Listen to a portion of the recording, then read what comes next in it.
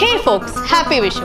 വിളവെടുപ്പിന്റെയും കൂട്ടായ്മയുടെയും ആഘോഷമായിട്ടുള്ള ഈ വിഷുവിന്റെ പിന്നിലെ ഐതിഹ്യം നമുക്ക് എല്ലാവർക്കും അറിയാം.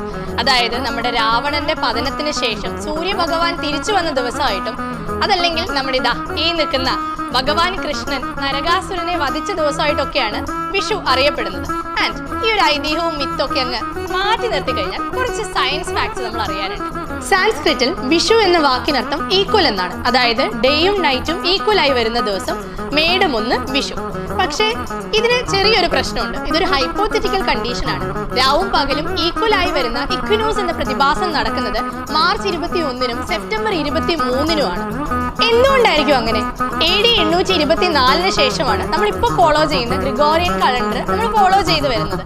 അതിന് മുമ്പ് വരെ നമ്മളൊരു 13 മാസമുള്ള ഒരു കലണ്ടറാണ് ഫോളോ ചെയ്തിരുന്നത്. അതുകൊണ്ടായിരിക്കണം വിഷു ഈ ഒരു ദിവസം വന്നിട്ടുണ്ടാവുക. See you next time with more informative content.